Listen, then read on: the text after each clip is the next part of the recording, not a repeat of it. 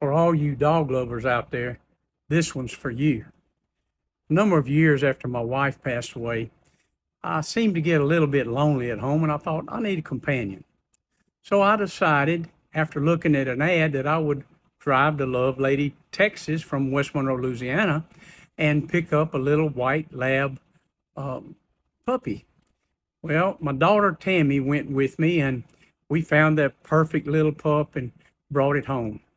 Well, I found out that little puppy was very obedient, even at a very young age. It would fetch. I would go outside and walk 100 feet to the end of my road and pick up the paper and put it in his mouth and bring it in. And so after that, just trained him one time to do that. I'd open the door and say, fetch, and he'd run outside and get my paper and bring it back. Well, I could throw stuff out and he'd bring it back. I could have him sit. I mean, he was really young. He had one problem. He chewed things. I remember he chewed a commercial water hose in 3 pieces. I can't cut it with a blade. He went outside and turned over a 50-pound pot plant and ate the plant and turned all the dirt out of the pot. I'm going, is this dog what? So he went inside and he was getting into stuff all the time. And I found out one day my electric chair didn't work. When I looked back, my wire had been bitten in two. I said, that little turkey. So anyway, I fixed that, got my chair working. And another day I was sitting out one morning by the pool and I heard a yelp. He was inside and I ran inside to see what was going on.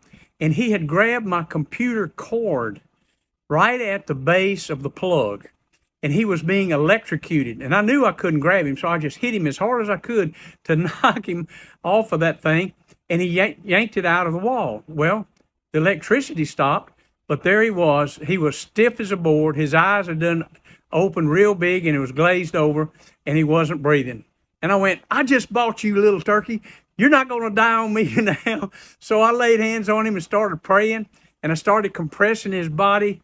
And I couldn't get anything. I prayed for 4 hours in tongues, in the will of God, for that puppy. Don't die on me now. I love you. So as I prayed and prayed and prayed, suddenly I saw his little eyes blink, and I went, okay. And I tried to force his mouth open, and I couldn't get the plug out of his mouth. I mean, he was hooked on there. I didn't know how bad that stuff could be on a little puppy, and I didn't think he would be any good. After 4 hours of praying, he came to. And I tried to stand him up, and he was wobbling. I stood him up again. Finally, I forced his mouth open, got the cord out of his mouth. Well, guess what? That little pup lived.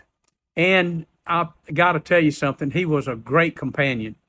Did he learn how not to bite cards in two anymore? No, he chewed everything. And he was such an adorable pup, but he didn't chew any more electrical cords. He liked to chew my chair and my dining table down. He chewed up a big plant outside that stood up about 10 foot. And I'm going, stop. Nevertheless, my story is that I prayed for him and prayed for him and prayed for him, and he lived. If you love your dog, if you love your cat, if you love your animal, they're your friends. They love you. Don't let them die if you can help it. Pray for them, whatever it takes, and see if God won't put breath back in them. They're your constant companion who love you, and they don't look for anything back except a little pat on the head and a little bit of food. God bless you guys, and go in peace. Bye.